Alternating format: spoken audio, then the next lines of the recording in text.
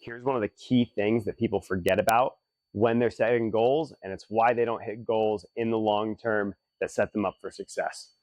When we start to look at goals, a lot of times people will start to talk about SMART goals, right? They'll talk about specificity, measurability, attainability, reasonability, all right? And then time bound, right? And time frames for goals. We hear goal setting and we talk about goal setting a lot within that little 5-letter acronym. What tends to happen is when we start to get into those goals, people start to go through a process where those 5 letters don't mean anything anymore. All right. I want to talk about something that's really, really key when we start to look at the specificity goals. We'll talk about some measurability, attainability, reasonableness, time frames. But then there's 3 little things, and it's not an acronym that's really going to change your goals in the long term, right? Specificity is the one thing that people always start with, and they talk about, I want to accomplish X, right? A weak specificity on a goal is something that's going to limit somebody. I want to lose weight. Well, what is weight? Okay. Do you want to lose 10 pounds? Do you want to lose 5 pounds? Where's that weight coming from? I've lost 15 pounds in the last year. About 10 of it was muscle mass. Okay. When we start to look at that specificity, sure, I might have lost 15 pounds if that was my goal, but where that weight comes from matters. Okay. When we look at specificity in your goal setting, having clear-cut numbers or clear-cut subjective measures is something that's really, really key. When we look at measurability, that's something else we have to look at. We have to look at the ability to actually track that progress. Now, sometimes this really helps when it's numerical and what we call quantitative measurement.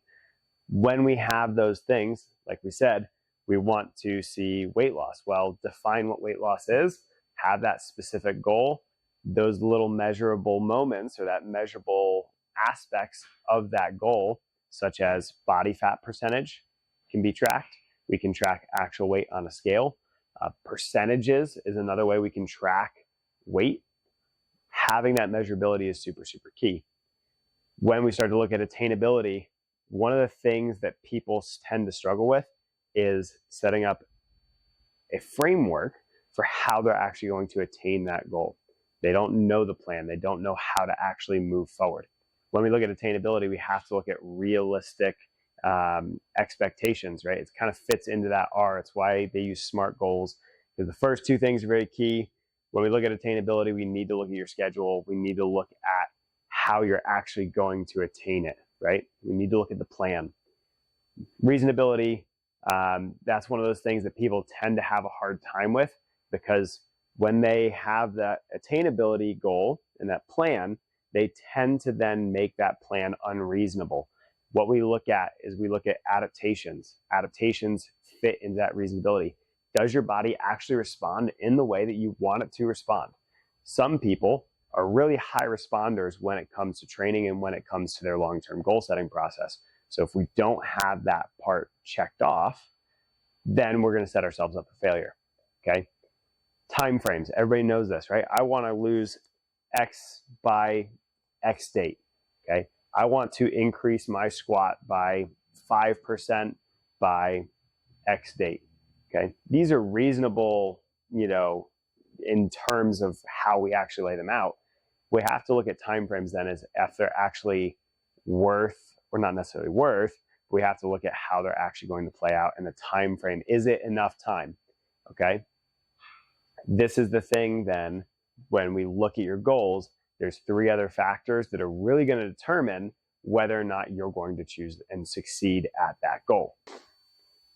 The 3 things that people aren't actually considering when they're looking at that goal. 1, what are the stakes? You have to be willing to lose something, and that is something that people forget about when they go ahead and they set their SMART goals. When we look at stakes, there's got to be something on the line, okay? There's a negative aspect or maybe even a positive aspect. We need to look at where you're at right now, and we need to see what it's going to cost you to not achieve the goal, or what the end result is of actually achieving that goal. Okay. I'll give you a great example. When I was a high school kid, I told myself that I would walk onto a college wrestling team only if I qualified for the state tournament. those of you in college sports, obviously I knew nothing about recruiting back in the day. But when we looked at that goal, if I didn't qualify for the state wrestling tournament as a high school kid, then I wasn't going to walk on as a college wrestler. Well, I didn't qualify. What was the stake? I didn't pursue that dream of becoming a college athlete. It was that, what's the cost, right? And that's kind of the third thing, or what's the stake? Because the cost is in the third thing, or second of the three things that is going to impact us when we start to actually look at goal setting and goal achievement. What is it going to cost you? Time, money, friendships, relationships, communities. When we look at goal setting, we have to make a change. And when we look at that change, you have to identify what it's going to cost you. The one thing that tends to happen when we look at cost of choosing a goal and then attaining a goal, we're going to have to then make a decision going all the way back to that specificity and that original goal. Is it worth it? Because when we look at that goal setting and the cost, if you're not looking at the cost of achieving your goal, you're probably not going to commit to it long term. All right. So when we start to look at goal setting, set your specificity, set your measures, set your attainability, set your reasonability, or whatever they use R for. I'm now blanking at the end of this video doing this, but set your time frames, set your stakes, set your cost. And then the last thing you're going to do is set benchmarks, right? I told you it's not going to make an acronym. We want to take those things and start to break them down. We want to take a specific goal. Well, I want to add 15 pounds to my squat. Well, and I'm going to do that in 3 months. Well, at the end of month 1, I should have 5 pounds added. At the end of month 2, I might have 10 pounds added. And at the end of month 3, I should have 15 pounds plus added. Okay. We want to set benchmarks. So the more we can set benchmarks, that's what's going to end up taking us up a notch in terms of our overall training. Hey, if you like that video, go ahead, drop us a subscribe right down here on this little link.